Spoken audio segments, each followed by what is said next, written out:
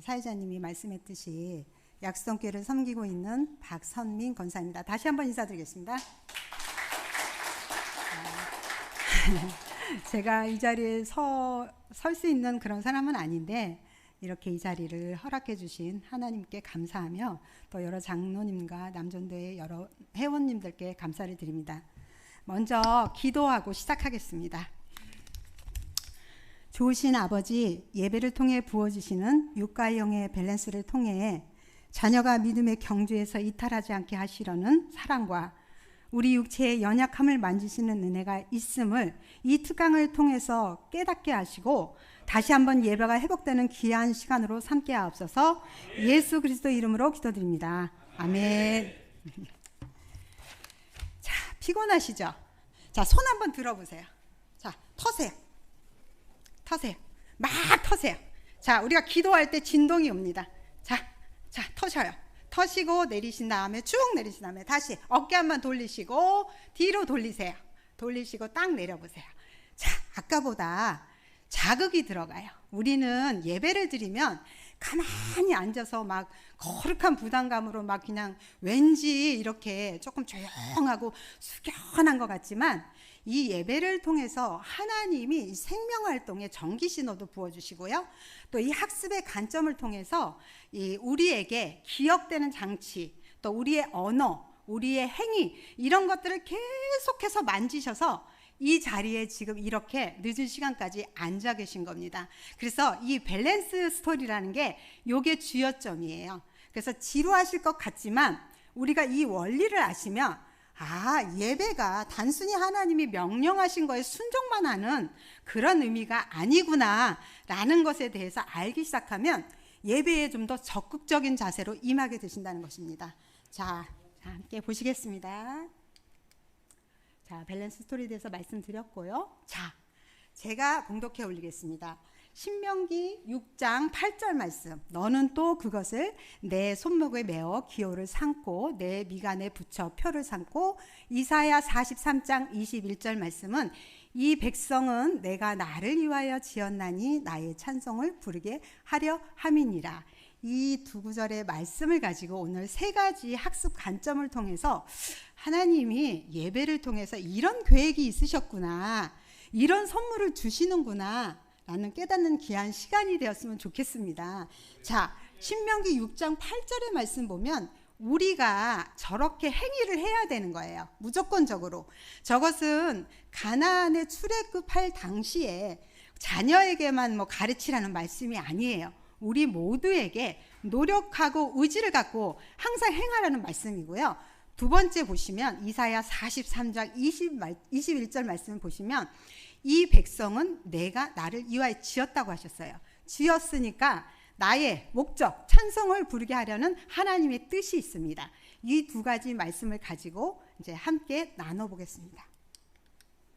자, 사람은 일평생 동안 먹고 마시고 보고 듣고 만지고 냄새 맡고, 자, 우리는 항상 자극에 노출되어 있어요. 그거를 청각, 시각, 미각, 후각, 이제 이런 촉각, 요걸로 자극이 이제 우리 몸에 형성이 됩니다. 그럼 그 자극 안에서 어떤 것들이 선택을 해요. 내 생각이라는 것을 선택을 하는데 생명체에서 신경이 선택을 해요. 그리고 반응으로 나옵니다. 반응으로 나와서 어떻게? 행동으로 나와요. 그래서 자극과 반응 사이에서 선택하고 집중해서 우리가 그 패턴으로 살아가고 있습니다.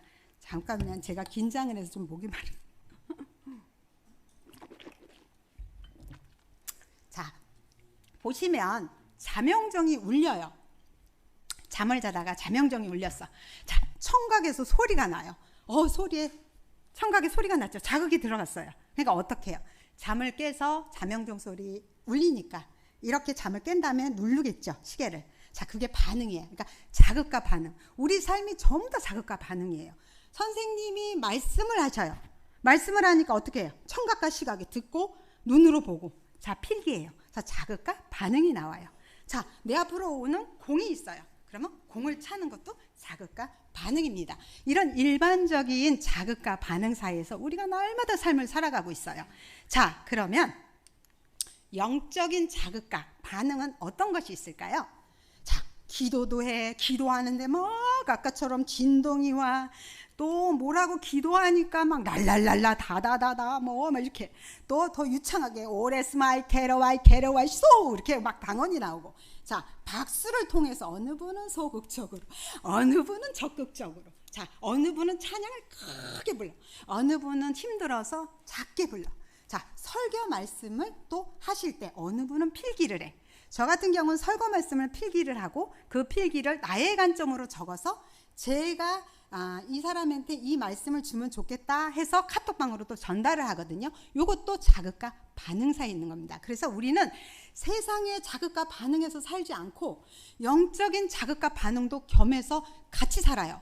육에 속했지만 영의 사람이기 때문에 남과는 다르게 이렇게 자극과 반응 사이에 있습니다. 그러면 이제 말씀을 들어가기 전에 혹시 나는 기도를 남달리 좀 크게 한다, 아니면 기도할 때 막 진동이 임한다, 아니면 나는 박수를 엄청 크게 한다, 아까 자극과 반응 사이에 집중적인 어떤 스포트가 올라가야 되는데 이렇게 행위로 예배 드리시는 분이 계시면 손 한번 들어주십시오. 혹시 나는 진동이 너무 심하게 온다, 아니면 방언이 늘 나온다, 아니면 나는 박수를 크게 친다, 자, 찬양을 크게 부른다, 어떤 이런 행위가 나에게 굉장히 집중적으로 역사하실 때가 있으신 분, 그럼 손 한번 들어주세요. 네, 두 분 나와주세요. 제일 먼저 나와주세요. 자, 나와주세요. 박수 한번 쳐주세요.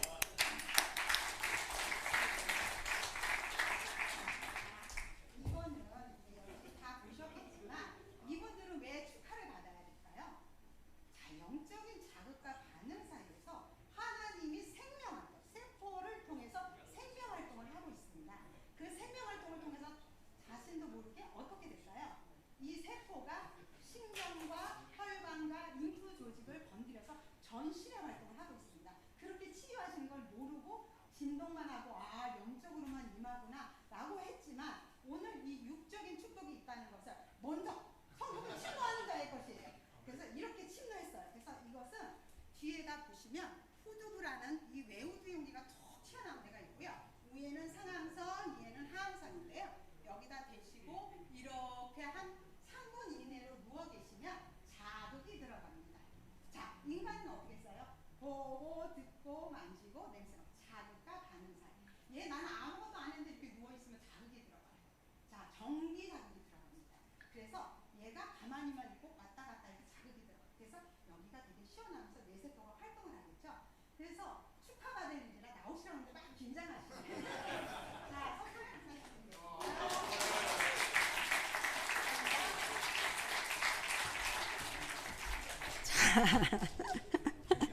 네, 네. 자, 이렇게 예배를 드리면 수지를 맞습니다. 자, 네, 자리에 앉아주시고요. 자, 인간은 평생도록 자극이라는 것으로 이제 우리가 이렇게 반응을 한다고 그랬는데요. 자, 이 학습이라는 것도 어떻게 보면 학교에서 공부하는 지식적인 것만 학습이 아닙니다. 자, 학습이라는 게 뭐예요? 나는 매 시간마다 일을 하다가 커피를 먹어요. 커피를 먹으면 뭔가 뇌가 활동을 하는 것 같아요. 이런 게 경험되어지는 거. 또 어떤 것들을 되게 처음에는 어려웠는데 기술적인 부분을 계속해서 연습하는 거. 이런 것들이 다 학습인데요. 인간은 이 학습을 통해서 계속해서 자극과 반응 사이에 행동의 패턴으로 변화를 하는 그런 삶을 살다가 주님 심판대 앞에 서게 됩니다. 그래서 내가 오늘 두 가지 말씀을 가지고 신명기 말씀과 이사야서의 말씀을 가지고 왜 그렇게 하나님의 뜻과 우리가 왜 그렇게 학습을 해서 매일같이 저렇게 명령적으로 말씀을 하셨을까? 그 말씀이 세 가지 관점으로 나옵니다. 먼저 행동주의 관점과 인지 구조성의 관점, 신경생리학적 관점. 되게 좀 거국적인데요. 자, 첫 번째 행동주의 관점과 인지 구조성의 관점은 자, 이제 보시겠습니다. 우리의 이 성격은 유전적으로 이 DNA 상으로 이렇게 굳어져서 결정되는 것 같지만 일부분은 그렇습니다. 그렇지만 지금 말씀드린 학습에 의해서, 그러니까 어떤 것에 농축돼서 경험되고 반복되어져서 그것이 지금 행동의 패턴으로 나와 있습니다. 예를 들면 예수님께서 12제자를 당신이 모델이 되셔서 늘 훈련을 시켜서 학습화시킨 다음에 그들이 나중에 놀라운 성령의 충만한 갑절을 입고 많은 일들을 경험하고 또 많은 일들을 하고 주님 앞에 간 것처럼, 이렇게 우리는 행동주의 관점과 인지 구조성의 관점, 그러니까 우리는 날마다 손목에 띠를 띠고 이마에 표를 붙이고 매일 같은 말씀의 학습이 필요하다는 관점을 두 가지를 가지고 말씀을 드릴 것이고요. 신경생리학적 관점은 우리 몸은 전기 자극이 갑니다. 그래서 왜 예를 들어서 우리가 심정지가 왔을 때, 병원에 갔을 때 응급실에서 샷을 올리면서 샷 20, 안 되네, 30, 안 되네, 40 이렇게 올리는 경우가 있습니다. 그게 전기 신호를 발생시켜서 전기 신호로 인해서 생명의 활동이 이제 멈추는 것을 도와주기 위한 활동입니다. 그래서 이 생경생리학적 관점을 통해서 이렇게 하나님은 우리가 예배를 통해서 세포 활동을 통해서 우리 몸의 연약함을 만지신다는 그 세 가지 관점을 갖고 얘기를 하겠습니다.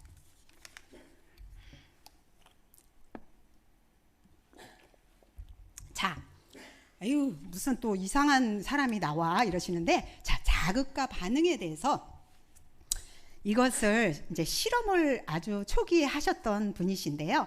여러분들도 많이 아실 거예요. 이반 파블로프라는 사람은요, 그 소화 그 분비에게 지배 구조선을 계속 연구하던 차에 자신이 기르던 개가 이상하게 자신만 바라보면 침을 막 흘려요. 그래서 왜 나만 보면 저렇게 침을 흘릴까? 그래서 또 다른 관점을 갖고 그 침을 이렇게 이제 분비하는 것을 보고서 이것을 조건반사로 이제 이렇게 뇌의 작용과 같이 후천적인 학습을 통해서 이게 바꿔지나? 라는 그런 거에 대해서 연구를 하게 됐어요. 그래서 이 사람은 실제적으로 지금 현대의 학습과 사회적인 시스템에 굉장히 지대한 영향을 미쳐서 제가 지금도 자극과 반응 사이에 있습니다. 선택을 하고 집중합니다. 라는 얘기를 할 수가 있는 겁니다. 그러면 이 사람이 사례 연구한 것을 다시 한번 보시겠습니다. 이 개의 실험은 너무 잘 알아요. 저기에 보시면, 여기에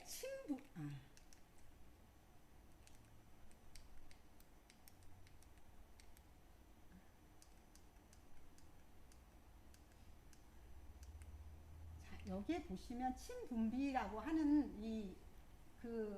무조건 반응이라고 있는데, 이 무조건 반응은 인간이 태어나서 자연스럽게 신체 반응하는 것들, 침, 가래 뭐 이런 거 있죠. 이런 것들을 이제 무조건 반응이라 봤어요.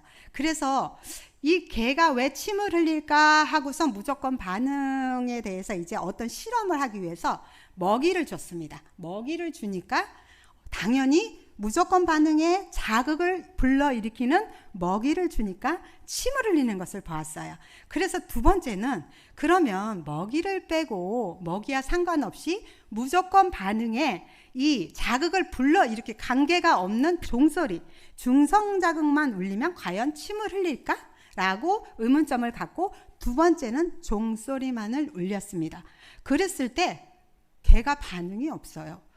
반응이 없구나. 그러면 무조건 자극인 먹이와 중성 자극인 종소리를 결합해서 같이 주면 침을 과연 흘릴까?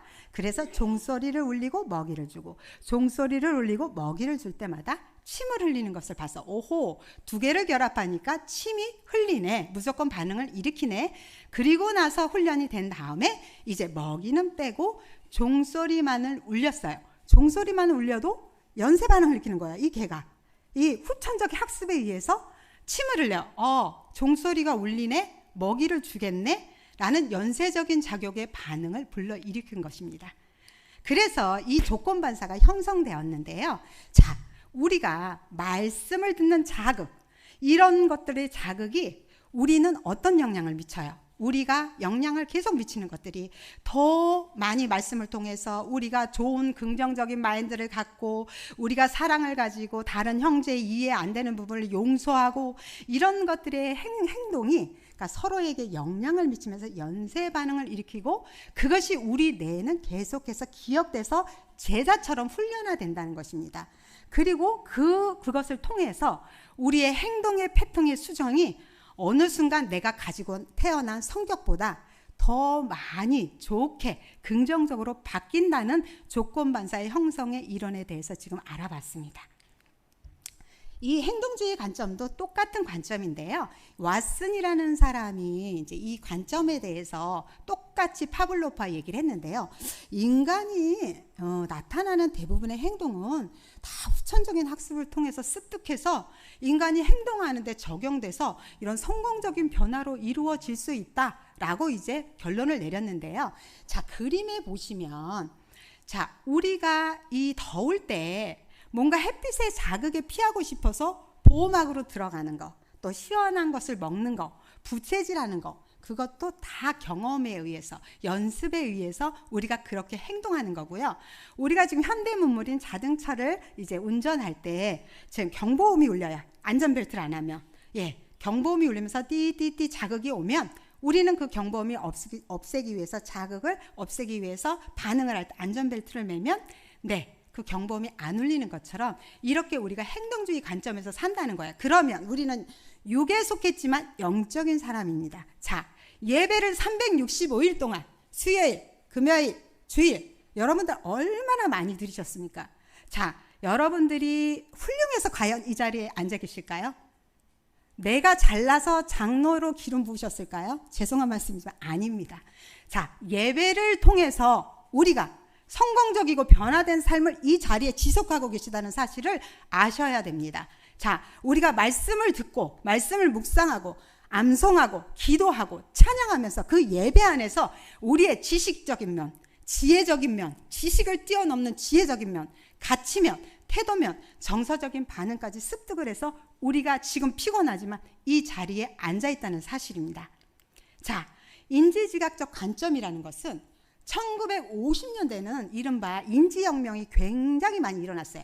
도대체 사람의 생각이라는 건 어떻게 나타나는 거야? 사람의 기억은 어떻게 나타나는 거야? 사람의 언어는 어떻게 이렇게 잘 얘기를 하는 거야? 도대체 사람은 문제 해결을 어떻게 하는 거야? 하면서 과학적으로 대뇌의 작용을 연구하기 시작했는데요. 아무리 학교에서 초등학교에서 고등학교, 대학원까지 의무교육으로 세상의 지식교육을 해도 인간은 사고의 틀이 다 다릅니다. 자, 과제를 내주면 교수님 이렇게 말씀하셨죠. 교수님 저렇게 내주시지 않았어요? 같은 얘기를 똑같이 해도 보이는 것만 보이고 들리는 것만 들립니다. 이렇게 사고의 틀이 틀립니다. 그래서 자극한 대상마다 지금도 제가 말씀을 드리지만 다 다르게 해석할 수가 있습니다. 그래서 하나님이 손목에 지표를 삼고 이마에 표를 붙이라는 말씀을 줬어요. 너무 어떻게 보면 이건 좀 말씀이 뭐 이렇게까지 얘기하나 그러는데요. 왜 그러셨을까요? 자, 제가 찾아보았습니다. 영문 찾아보니까 복수가 아니에요. 손 두 개 다 띠를 띠라는 게 아니라 단수예요. Your hand. 자, 한쪽에 띠를 띠라고 했는데 이 유대인들은 왼쪽에다 띠를 띠었대요. 그러니까 육의 오른쪽은 일을 하고 왼쪽에 이 모든 일을 하지 않는 이 손목은 자, 복수가 아니라 단수기 때문에 띠를 띠었을 때 영과 육의 병행이 늘 같아야 된다는 거예요. 우리가 그 말씀이라고 저는 해석을 했습니다. 그래서 하나님께서는 정말 이 말씀이라는 거 그러니까 성경 말씀 66권이 하나님이십니다. 어떻게 생각하면 말씀을 그냥 말씀, 하나님과 별개에서 생각하시죠. 하나님이 곧 말씀입니다. 그래서 하나님을 대면하기 위해서 우리가 말씀을 듣고 말씀을 암송하고 말씀에 대해서 적용해서 우리가 날마다 살아가기를 원하기 때문에 우리는 기억을 계속해서 할 수 없는 인간입니다. 그래서 매일 같이 생활 중에 육과 영의 균형을 가지고 말씀을 지표로 가지고 삼게 하신 것입니다. 그래서 지금 행동주의적 관점과 인지지각적 관점 두 가지가 이렇게 우리가 왜 이렇게 해야 되는지, 우리의 본능이 이런 것이기 때문에 하나님이 그런 말씀을 주셨다는 관점을 갖고 말씀을 드렸습니다. 자, 이제 세 번째, 신경생리학적 관점입니다. 그래서 제가 이 신경생리학 관점을 너무 고민을 많이 했습니다. 아니, 도대체 이게 너무 단순한 것 같으면서 이 전기 신호가 어떻게 가는지, 지금은 생명과학 시간에 이제 학생들이 공부를 좀 하는 것 같은데, 저는 사실 이거를 학교에서 배운 게 아닙니다. 제가 이제 사람의 몸을 만지다 보니까 하나님이 굉장히 많은 지혜를 주셨어요. 그래서 공부를 하기 전에 항상 말씀을 두세 장 읽어요. 그리고 기도를 합니다. 하나님, 지식이 먼저가 아닙니다. 지식 이외에 지혜를 주신 주님의 은혜를 갑옷 입고 오늘 제가 논문을 씁니다. 오늘 내가 발표를 합니다. 라는 그런 관점으로 제가 공부를, 이 신경생리학에 대해서 다시 공부를 했던 부분이기 때문에 이거를 굉장히 어렵지만, 전기 신호가 이렇게 어렵게 우리 몸에서 가서 이 예배 드릴 때 신체 활동을 통해서 이렇게 치유가 일어나는 거구나, 이런 거를 말씀드리고 싶어서 이것을 하나 집어넣었어요. 그래서 마지막 부분이니까 좀 집중해 주세요. 자, 생각과 기억을 형성하는 신호들은 매우 낮은 전기준으로서 각 신경세포들에게 전달됩니다. 그래서 뇌의 활동과 인간의 활동이 같이 관계가 있다는 것을 이제는 보고하고 있습니다. 자, 그러면 우리 몸의 신경계와 신경조직을 이루는 생물의 기본 단위는 뉴런입니다. 뉴런인데 우리의 감정, 행동, 생각을 하게 해주는 모든 활동인데요. 지금 이렇게 보시면 지금 막 수많은 나뭇가지 같은 것들이 저게 이제 뉴런의 가지돌기라는 건데요. 그 안에 이제 장기가 있겠죠.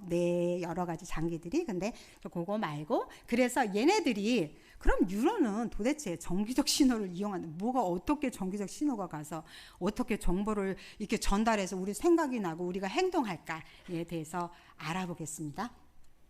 자, 뉴런이 첫 번째 어떻게 생겼을까를 보면 지금 세 가지 단계로 크게 보시면 돼요. 신경세포체라는 것이 가운데 있습니다. 그 신경세포체는 신경이 살아가기 위해서 생명활동을 하는 화학 공장입니다. 세포핵이 있다는 건 들어보셨죠? 그리고 미토콘드리아에서 ATP라는 화학 공장, 물질을 만듭니다. 그 두 가지만 기억하시고요.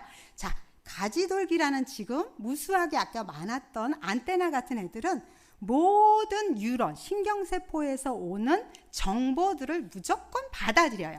받아들이고 그 받아들이는 것을 어디로 보내냐면 저 팔뚝만한 죽삭돌기라고 있는 곳으로 물질을 받아들인 정보를 저쪽으로 보내줍니다. 그래서 뉴런은 이렇게 크게 세 가지로 활동을 합니다. 그러면 뉴런의 기능에 따라서 세 가지로 볼 수 있는데요. 감각 뉴런이라는 것은 아까 말했듯이 보고, 맛보고, 또 우리가 만지고 이런 모든 것들의 자극에 의해서 몸의 수용기에서 정보를 가지고 이 감각 뉴런이라는 데로 오면, 이 감각 뉴런은 지금 중간 뉴런이라는 연합 뉴런에게 그 정보를 줍니다. 정보를 주면 얘는 이거 맞아, 아니야, 이거 틀려 라고 판독을 해서 여기에서 운동 뉴런으로 보냅니다. 그 신호를 보내면 운동 뉴런이 이거 이렇게 하라고 그랬지. 그래서 운동에 의해서 내가 이렇게 얘기도 하고 이런 행위도 하고, 이렇게 감각 뉴런과 중간 뉴런과 운동 뉴런 속에서 뉴런의 기능에 따른 구분을 볼 수가 있습니다. 그러면 지금 방금 뉴런의 전달 과정처럼, 자, 귀에서 받아들인 감각 정보, 감각 뉴런이 이 감각 뉴런을 통해서 이 대뇌, 연합 뉴런을 통해서 전해집니다.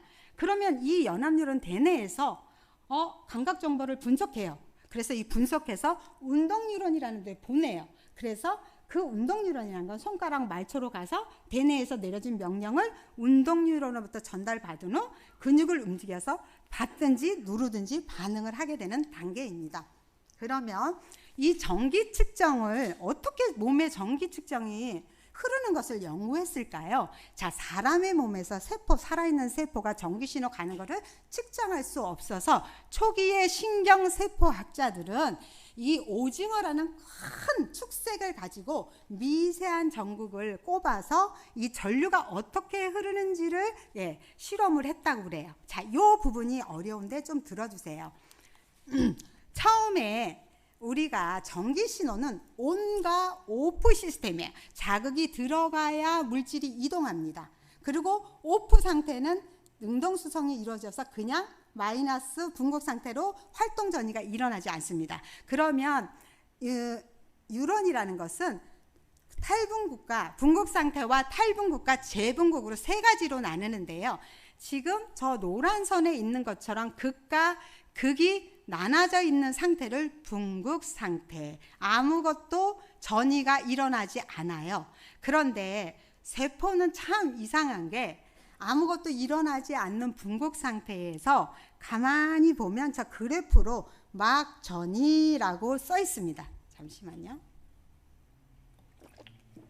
그러면 저 막전이라는 것은 분극 상태처럼 전이차가 없다는 거예요. 근데 전이차가 없는데 이 전이차가 없을 때 가만히 보면 세포 외부와 내부의 몸값이 다른데요. 내부에 전이차가 없는데 마이너스 70mV의 자기의 몸값을 갖고 있대요. 그 말은 즉 어떤 말이냐면은 자, 이 물질이 이동할 때에 자, 바깥에는 나트륨이고 안에는 칼륨인데 얘가 마이너스 70ml가 되려면 안에 있는 나트륨을 바깥으로 3개를 보내고 밖에 있는 칼륨을 2개를 보내서 3대2 비율로 양전화, 음전화를 띄는 것에 마이너스 70mV의 몸값을 갖고 있다고요. 이거는 그냥 공식이라 이렇게 제가 말씀을 드리는 거고요. 그러면 자, 전기 신호가 들어오는 것, 자극이 들어왔어.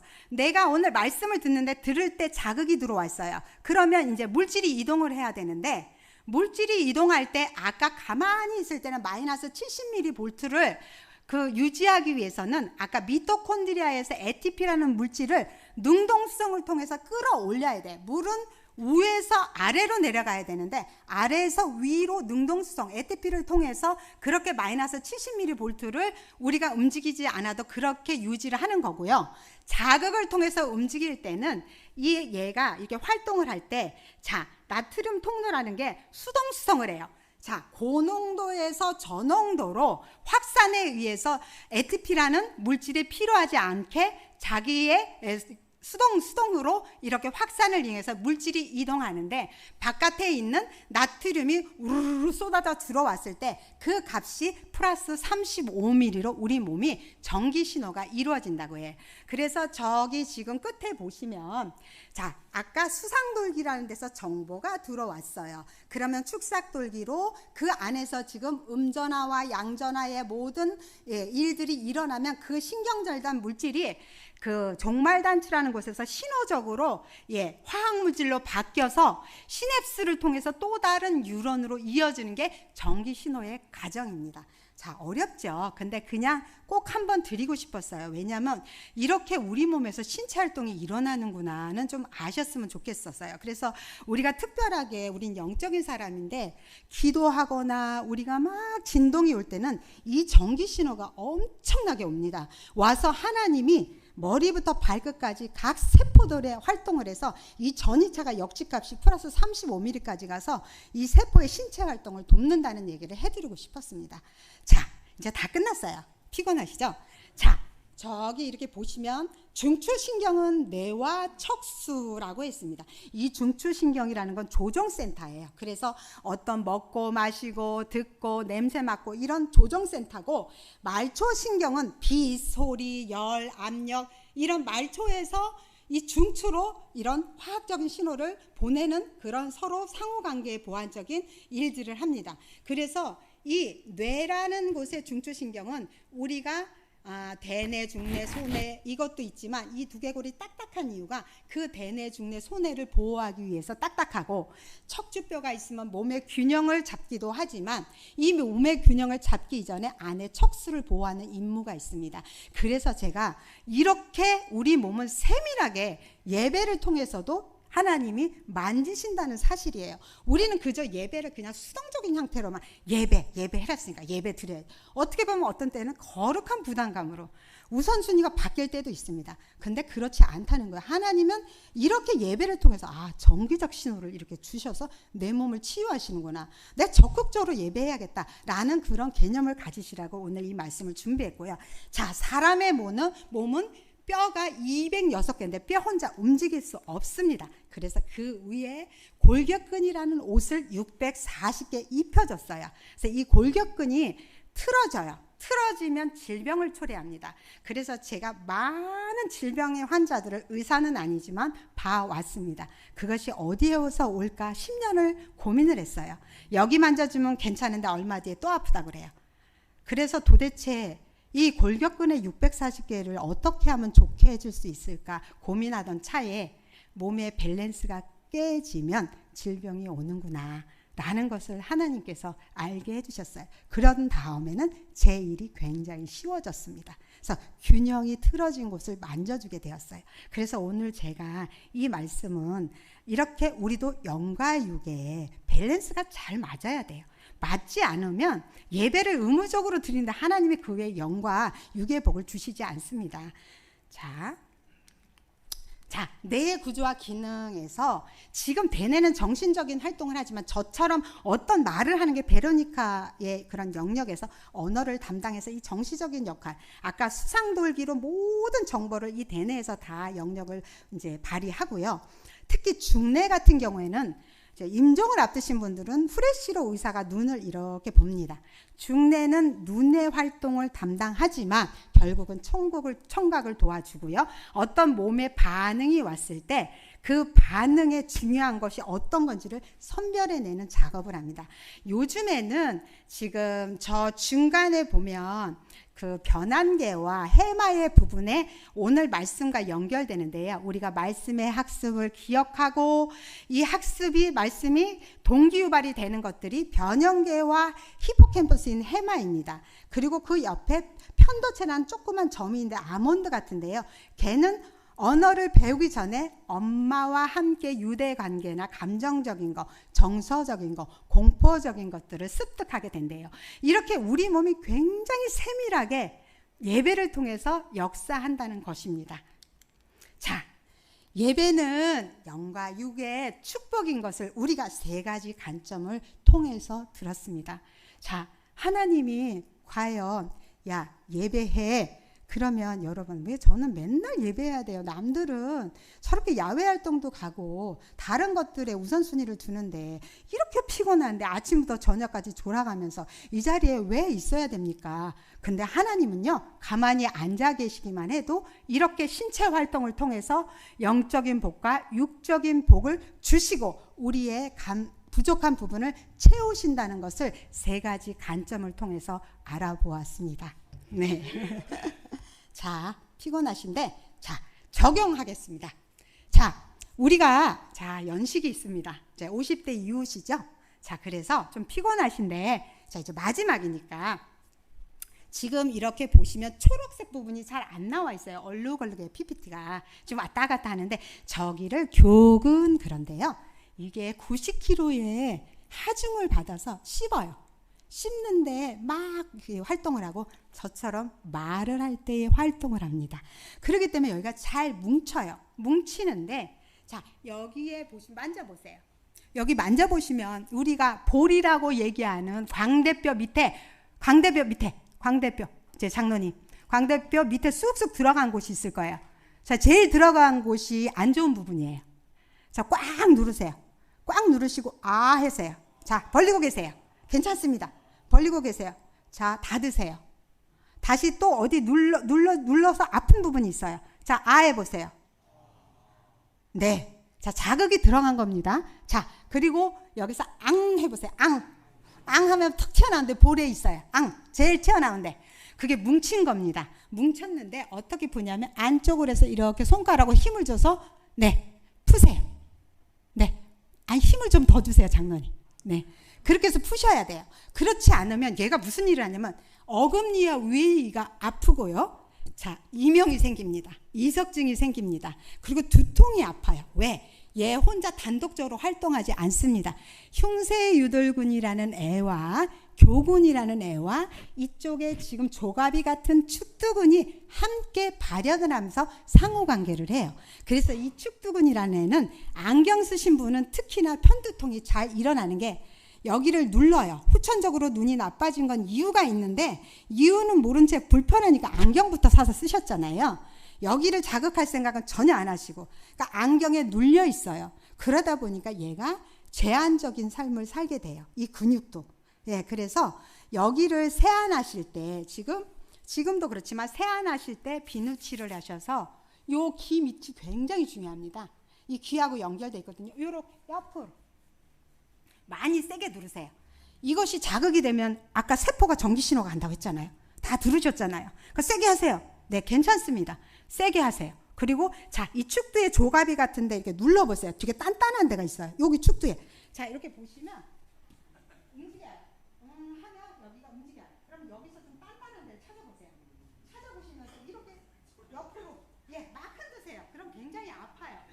네, 굉장히 아파요. 그래서 지금 제가 아까 이제 다 끝나서 말씀드린데 박춘환 장로님이 찬양을 너무 은혜스럽게 하시는데 저번에 얼굴을 뵙니 병증이 너무나 심해서 주님 어찌합니까?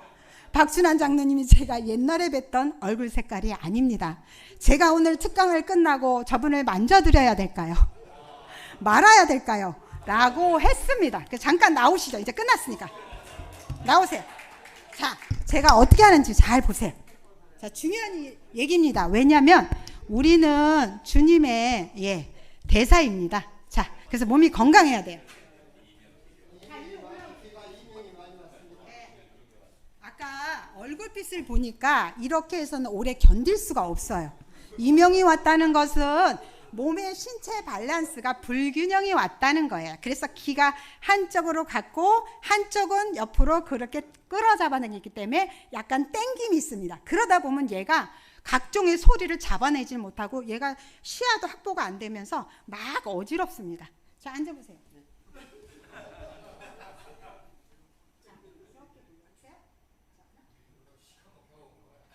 인정이 지금 얼굴빛이 검다는 것은 골격근 640개가 간하고 연관이 되어 있습니다. 이러면 간도 안 좋아지셔요. 그래서 잠시 2분만 제가 하겠습니다.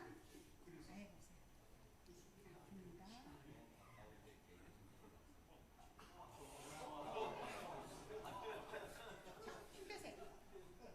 아니.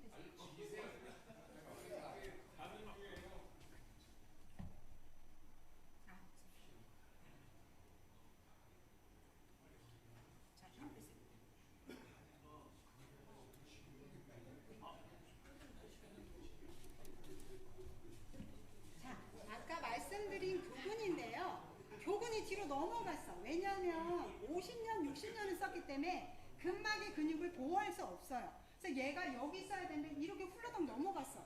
넘어가니까 어때요? 근육이 힘을 잃었어요. 그러다 보니까 이런 상태가 있어요. 자, 아까 광대근이라는 곳에 이렇게 쑥 들어가는 곳에 제가 좀 손을 넣었어요.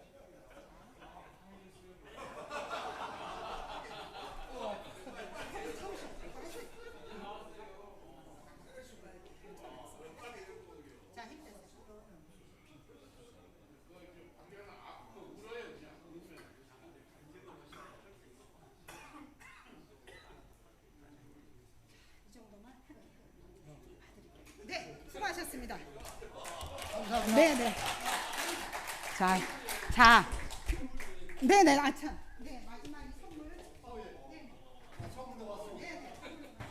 감사합니다. 아까보다.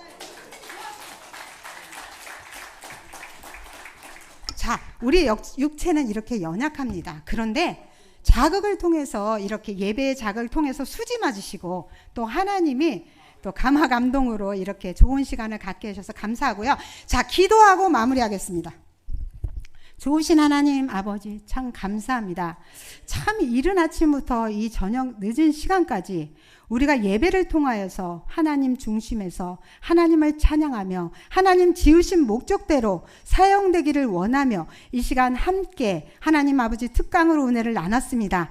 이제부터는 하나님의 아버지 길에서 이탈하지 않게 하시려는 그 아버지 마음을 가지고 예배가 그냥 수동적이고 거룩한 의무감으로 드리는 것이 아니라 하나님 집중하고 정말 하나님 아버지 목숨을 다해서 예배를 한다면 하나님이 나를 통해서 치유하시고 또 하나님이 나를 통해서 육과 영의 복을 주신다는 것을 다시금 깨닫는 귀한 시간으로 삼게 하시니 감사합니다. 이제 돌아가는 발걸음 위에 모든 남정들의 건강을 주시고 하나님 각 지교회 아버지 가셔서 죽도록 충성하여 예배로 성공자로 살아남는